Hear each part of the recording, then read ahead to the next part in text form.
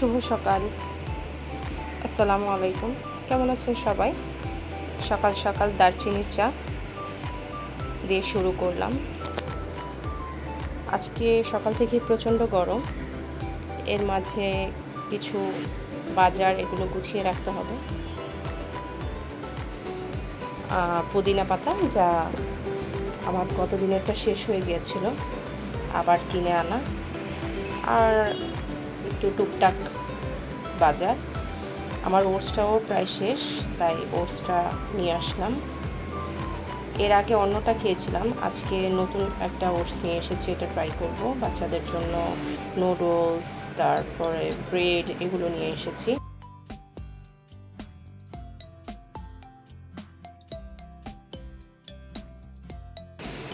এখন গোছগাছ করে ভাবছি কি দিয়ে কি করব। আজকে রান্না করব, আজকে গ্যাসও নেই। আজকে সারাদিন হয়তো আমাদের বাসায় গ্যাস থাকবে না, তাই একটু টেনশনে আছি। সব কিছু গোছগাছ করে চিন্তা করেছি শর্টকাটে যা করা যায়, যতটুকু দ্রুত করে রান্না শেষ করা যায়।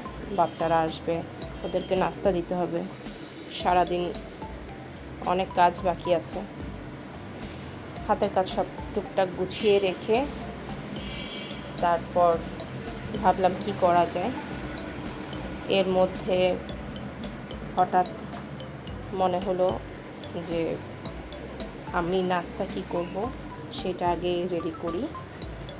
তো যেহেতু আমার সকালবেলার দারচিনি চা খাওয়া শেষ, এখন আমি ভাবছি যে আগে একটা তোকমা ইসবগুলের ভুসি দিয়ে আমি একটা শরবত খাই। যেহেতু প্রচণ্ড গরম, এর মধ্যে প্রায় মানুষেরই ইউরিন ইনফেকশন ধরা পড়ছে বা শরীরের কোষ্ঠকাঠিন্য ধরা পড়ছে। তাই এই কারণে আমি এবং আমার বাচ্চারা প্রতিদিন সকালবেলা চেষ্টা করি যে খালি পেটে এই যে শরবতটা খাওয়ার জন্য। এটা আসলে শরীর এবং স্বাস্থ্যের জন্য খুবই ভালো। আমি এখানে ইসবগুলের ভুসি, তোকমা, তিসি এবং চিয়া সিড নিয়েছি। এগুলো অনেক সময় মিক্স কিনতে পাওয়া যায়, কিন্তু আমি আলাদা আলাদা কিনে মিক্স করে নিয়েছি।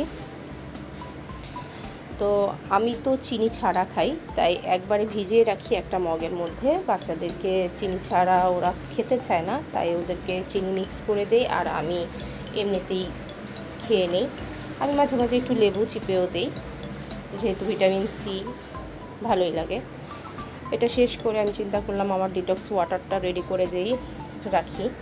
তাই প্রথমেই শসা নিয়ে নিলাম। এর আগের দিন আমি শসা কুচি করে যতটুকু বাকি ছিল অতটুকু আমি ব্যবহার করেছি। আমি বেশি নেই না, 5-6 পিস নিলেই হয়, পাতলা পাতলা কুচি করে। তারপর আদা, লেবু এগুলোও অ্যাড করব। আমার শসা কাটা শেষ, এখন আমি লেবুকে কুচি করে নিচ্ছি। লেবুটাকে পাতলা পাতলা স্লাইস করে নিতে হবে। আমি এই জিনিসগুলো ডিটক্স ওয়াটারে ইউজ করে এমন নয় যে খাওয়া শেষ করে ফেলে দিই। আমি এটাকে আবার রাতে আরেকটা চা বানাই, সেটা হচ্ছে সফ, তারপর আদা এবং পুদিনা পাতার একটা চা, যেটা আমি রাতে প্রতিদিন নিচ্ছি, খাচ্ছি। এবং আলহামদুলিল্লাহ আমার কোনো ধরনের খাবার দাবার বাদ ছাড়াই এই কিছু রুটিন মেনটেন করে আমার অনেকটা ইমপ্রুভ হয়েছে। আমার ওয়েট লস হচ্ছে এবং আমি নিজেই এটা দেখতে পাচ্ছি। আমি আদা কুচি করে নিয়েছি এর মধ্যে। আর এখন আমি পুদিনা পাতাটা নিয়ে নিব। পুদিনা পাতাটা আমার ধোয়া হয়নি, তাই পুদিনা পাতাটা কিছু নিয়ে এটা ওয়াশ করে নিয়েছি। নিয়ে তারপর এটা সহ আমি ডিটক্স ওয়াটারে ইউজ করব। এর মধ্যে দিব আমি চিয়া সিড। অবশ্যই চিয়া সিডটা এটা পরিমাণ মতোই দিতে হয়, যেহেতু আমি সকালে নাস্তাতে চিয়া সিড প্রায় 1 চামচের মতো খাই, তাই ডিটক্স ওয়াটারে আমি পরিমাণে অল্প দিই। এটা 1/2 চামচেরও কম। এগুলো সব একসাথে দিয়ে তারপর আমি এটা ভালো করে ডিটক্স ওয়াটারটা মিক্স করে নেব।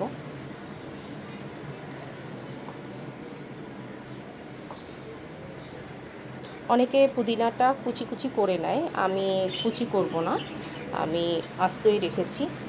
আমি এখানে একটা জিনিসও আমি ফেলবো না, আমি পরে রাতের বেলা যখন আমার পানিটা খাওয়া শেষ হয়ে যাবে তখন এইটা আমি পুরোপুরি কাজে লাগাবো। আমি ওইটা আরেকদিন অন্য কোনো ভিডিওতে শেয়ার করার চেষ্টা করব, রাতে আমি কোন চাটা খাই। হয়তোবা আপনারা দেখলে আপনাদের কোনো উপকারে আসতে পারে। এই যে চিয়া সিড একদম সামান্য পরিমাণে দেব। চিয়া সিডটা সবসময় চেষ্টা করবেন, যদি কেউ খান, প্রথম শুরু করতে যাচ্ছেন, অবশ্যই কিছুক্ষণ ভিজিয়ে রাখতে হবে। 1 ঘন্টা, সর্বনিম্ন আধা ঘন্টা থেকে 1 ঘন্টা পর খাওয়াই ভালো।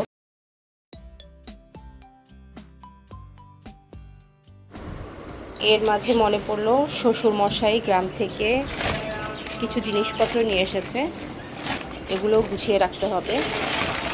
গাছের পাকা আম, কাঁচা পাকা আম মিক্স করাই আছে, আর হচ্ছে একটা কাঁঠাল, এগুলো গুছিয়ে রাখতে হবে। এই যে হচ্ছে কাঁঠাল, গ্রীষ্মকালে এই কাঁঠাল প্রথমবার এলো আমার ঘরে। দুপুরে যেহেতু বললাম আজকে গ্যাস নেই, তাই এই যে দেখতেই পাচ্ছেন, এটা হচ্ছে আমার আজকের রান্না। পরে যখন গ্যাস আসবে বাকিটা রান্না করতে হবে।